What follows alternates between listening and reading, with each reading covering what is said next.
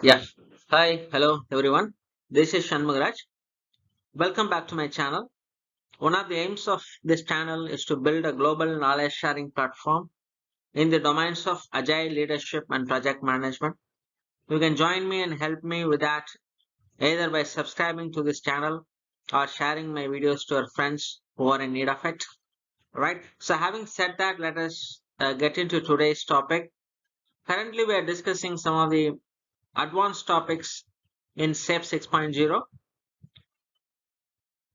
Today's topic is facilitating safe assessments. We are going to have a couple of videos on that. So today is going to be the first video on that. The lean agile transformation and the journey to business agility is a significant undertaking for every enterprise.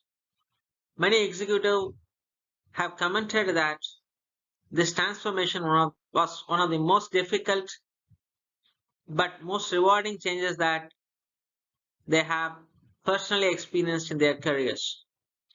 The business benefits of business agility are clear: faster time to market for more innovative solution, higher quality and productivity, higher levels of employee engagement, opportunity for a new and enhanced culture, and ultimately the ability to thrive in the digital age. But for those new to the endeavor, the question arises about where and how to begin.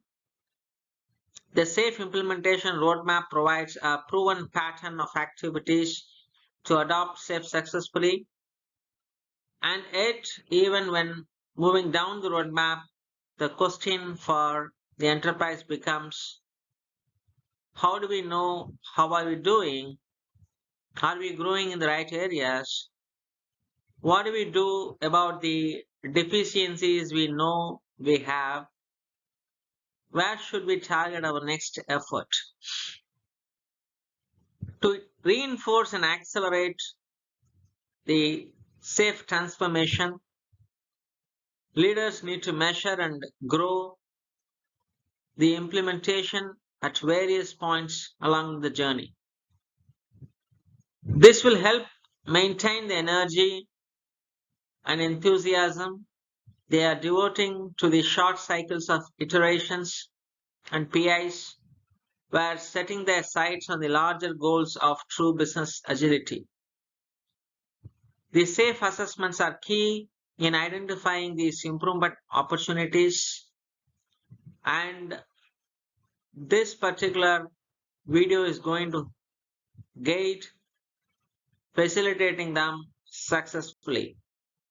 Let us get into some details.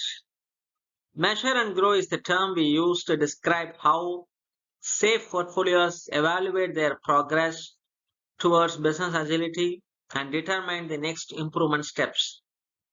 It describes how to measure the current state of portfolio and grow to improve overall business outcomes. The measure and grow article describes how this is achieved via three measurement domains. We already had many videos on measure and grow, like metrics on flow, outcomes, and competency. This particular safe assessment focuses on the competency domain,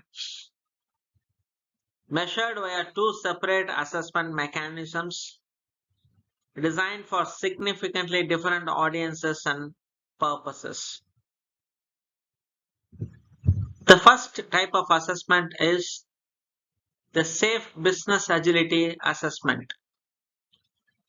Safe Business Agility Assessment is designed for lean portfolio management and portfolio stakeholders to assess their overall progress on the ultimate goal of true business agility. The second type of safe assessment is the safe core competency assessment that helps teams and trains improve on the technical and business practices they need to help the portfolio achieve the larger goal. So this particular video is focusing on The first one, which is safe business agility assessment. The safe business agility assessment is the high level assessment that summarizes how agile the business is at any point of time, right? The assessment report provides visualization that shows progress measurements across, say, 7 core competencies. The example report is shown in this picture, right? So if you look at this picture, you see that it's a business agility assessment, and we are trying to track all 7 core competencies, right? Team and technical agility, agile product delivery, enterprise solution delivery, lean portfolio management, lean agile leadership, organizational agility, and continuous learning culture. And we are going to measure in the scale of 1 to 5 in all 7 core competency. So this picture will help you where you need to grow more, where you are doing better, right? As per this picture, a team needs to improve a lot on team and technical agility and agile product delivery, right? So that's what it shows. Let us look at some of the steps in facilitating this business agility assessment. The first step could be running the business agility assessment. Assessing the business agility status is not a trivial feat. Opinions abound, the data is lumpy, and the ways of working are evolving simultaneously as the assessment is taking place. Therefore, simply sending the assessment out to various participants and asking them to fill the data will probably not provide the right experience or accurate results. Instead, we recommend a facilitated session with someone trained in nuances of SAFE and the assessment process. An experienced SAFE practice consultant (SPC) is probably a good choice. 2 assessment patterns can be used. Each participant fills out the assessment independently and then group discusses and analyzes the results together. Then other ways, all participants discuss each statement together and reach a consensus on the score for each statement, right? Both patterns have their benefits and disadvantages. Trust the facilitator to pick the correct pattern based on the group dynamics, distribution, and time frame. The second step could be analyzing business agility assessment results. With the data from the assessment in hand, the next step is to analyze the results. During the analysis, it is essential to identify significant variances in opinion. The facilitator should review each area of disagreement and explore differing views. These might stem from a different understanding of the statement itself or from the disagreement about where the group is in the specific dimension. The goal is to explore the differences to get the better alignment of where the improvement is needed. This is a significant part of the collaborative learning experience. Core competencies that the group has assessed as problematic can then be explored to understand the reasons that drew people to score themselves low. In addition to pointing out areas needing improvement, the assessment allows portfolios to see visible improvements in performance or wins. The wins are small, multiplying milestones that encourage teams to consolidate those gains and produce more change. The facilitator should also be aware of a Dunning-Kruger effect, in which people tend to assess their ability as a greater than what is really is. This means that the core competencies that seem unnaturally high might also require an examination to ensure the group understands the meaning of the statements in the question.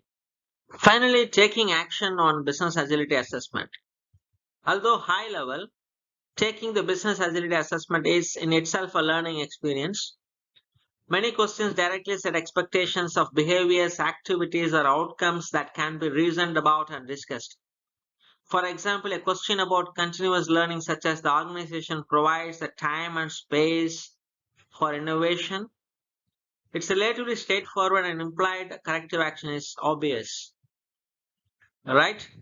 So in the previous picture, we have seen that enterprise scored low in lean portfolio management. That could be because they are ineffective at it.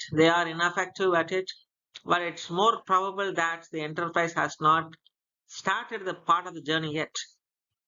In most cases, a quick look at the implementation roadmap will identify some fairly obvious next steps with the goal of steadily improving proficiency across all 7 core competencies. LPM or LACE, right, Lean Agile Center of Excellence, should routinely reevaluate their progress towards business agility. Perhaps every other PI and the plan next steps. The measurement frequency depends on the opportunities pursued and how fast the portfolio can reasonably achieve progress. Creating a baseline early on in the transformation, followed by a periodic assessment, will illustrate improvement trends and allow everyone to communicate successes. With this, we have come to the conclusion of this video. Hope you guys got a fair understanding on what do we mean by a safe assessment. We talked about a couple of assessments. One is on business agility, one is on core competency. This particular video talked about business agility assessment, and we have seen some sample assessment report or inferences with the scores in it, right? Then we talked about steps in doing business agility assessment, right? Running the assessment and analyzing it, right? When you run it, there are a couple of ways to do that. Either having SPC as a facilitator, and you can collaborate and figure out and finalize your score, or receive independent scores and collaborate and get a consensus, right? Analyze, identify the action items, right? So that's how you can improve on that. All right. So in the next video, I will put the next assessment on safe, right? So I hope these kind of videos helps you to improve your agile practices, the way you want to implement in your organization, right? So with that, I'm signing off. See you in next video.